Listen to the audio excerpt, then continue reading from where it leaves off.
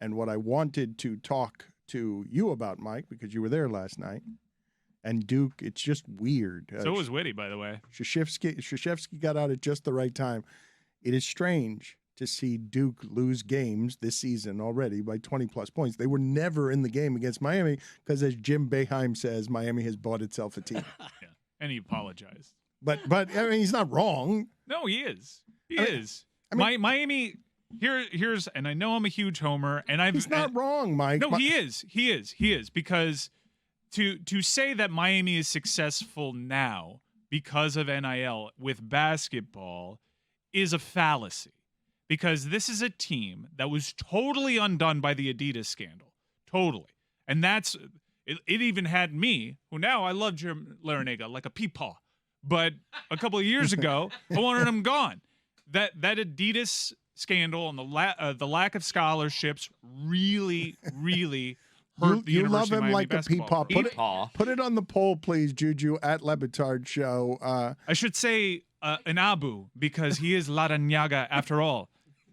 So I love him like an Abu. Mike's Cuban. Why did he say peepaw? Like, where did that come from? Well, it's because I have to remind myself that Larrañaga is Larrañaga.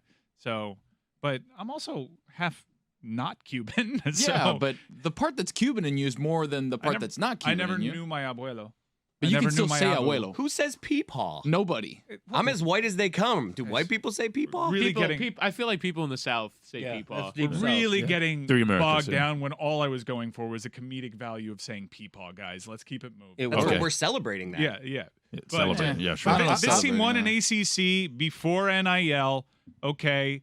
To say that Miami's men's basketball program is new money when you have a pretty substantial sample of when they're not hurt by Adidas sanctions, that they are a regular tournament team, that they are well coached, and they are a force to be reckoned with inside the ACC. Mike, you don't need to take it as an offense that a team is accused. It is offensive, Dan. It's ignoring history. It's ignoring history. Here's why it's not. Miami's not a perennial power, Mike. They've made the tournament a handful of times, but they always get out in the first round. They've been a good ACC program under Jim Larrañaga. They've been really good for this men's basketball program, and it's all of its lack of history. The Larrañaga years have been the best years by far. Mike, I think and you're more embedded on the numbers of this stuff than I am. You're also more of a homer about this stuff than I am, and the sugar daddy John Ruiz tentacles reach around this program, and they have been good for many, many years. But right now, it seems to me, without doing any empirical math on this, it seems to me that there are about 25 programs that can get in the game of being serious about the top of college basketball, and Miami's now one of them, and they haven't been before. And so I think that's what Boeheim meant. I don't think he should have been apologizing. He's apologizing because he stinks, but Miami's gotten in the big-time game, and they weren't before. Miami's never been in the money game. He's apologizing because people reminded him behind the scenes, number one, really bad look, and it seemed as though the ACC got involved, because if you see his apology statement, he's like, I have full faith in the ACC and their ability to run a clean blah, blah, blah. It's because Jim Boeheim, like every other major men's college basketball head coach, succeeded on the back of under-the-table payments. Whether it's him or one of his assistants, come on. For Jim Boeheim to be holier than thou, Syracuse was really good for a really long time. They weren't paying players. Get out of here. Anybody that has a problem with NIL just hates that it's more above board. But why? Because Miami's NIL deals in basketball specifically, you know exactly where that money's coming from. Why are you insulted by the suggestion that, hey, good program, you know how you get to great?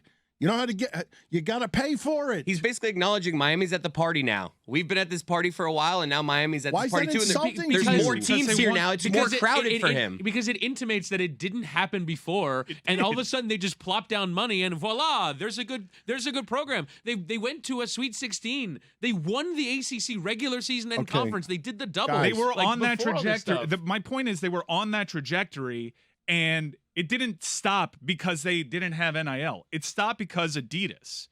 But Mike, they would have been here. If I may, please, because they've been doing a version of this since Leonard Hamilton. This program can surprise and reach above expectations by occasionally getting to the Sweet 16. It is now expected from this Miami team to get to the Sweet 16 because they're one of the programs in the money game, and it's okay. It just means that they have the money to keep Wong when he's flirting with the portal. Right. Yeah, that Wong, who was here before NIL, reaped the benefits of NIL, and I think his career has been better for it. He's going to enter the NBA and the professional ranks at a weird age, and we'll see how that works out for these players that stay there over time. Nigel Pack was an all Big 12 performer. He comes into Miami, famously an NIL deal attached to that.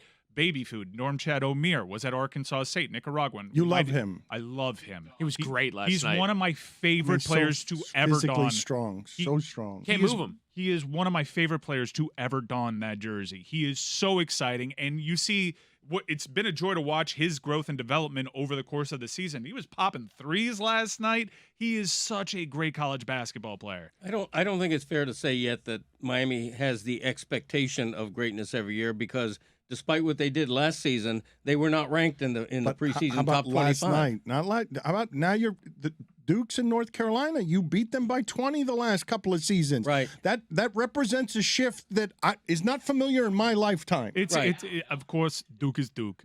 They're on TV more than Leave It to Beaver reruns. You get the cable primetime ESPN slot, and you thump a prestige program like Duke. You're going to get a lot more attention than your road win at Clemson, which I'd maintain is a better, more impressive win. Miami's proven so far this season unbeatable at home.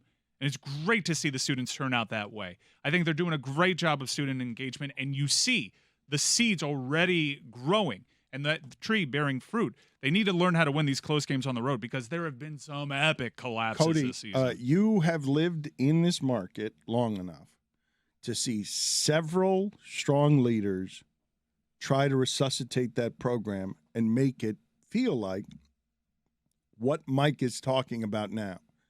Does it have a chance to play for the championship? And, oh, shit, it's hard to play in their building. Right. That's never been the case at Miami. Right. Like, that's not a thing that exists, and it's where you can get the feel of what Duke has had. Man, they don't have any preordained holy right to be at the top of the conference like they were. It didn't even make sense that Krzyzewski could stay clean. Everyone else was cheating. He never got the cheater thing, but he got to beat all the cheaters without cheating. Larrañaga has beaten Duke before. In fact, he's got a pretty good record against Duke at Miami. My point is that Miami can now be in a conversation of we beat North Carolina by 20. We beat Duke by 20. And it feel normal. That's and it's the thing. not a fluke. Right. Yeah. Like I went to the game last night, and it was kind of wild to watch the student section. They had a whole bunch of people ready to prevent a court storming, but there wasn't even the urge to. This is an unranked team. You beat Duke, and it felt normal. My first year at the University of Miami was Frank Haith's last year. It was the year before Jim Larrañaga took over. It was desperate. When I tell you it was hopeless and desperate, Roy, dire to go to that arena. What is Frank Haith? I know exactly what it means. It's a contribution. Yes, it's a contribution.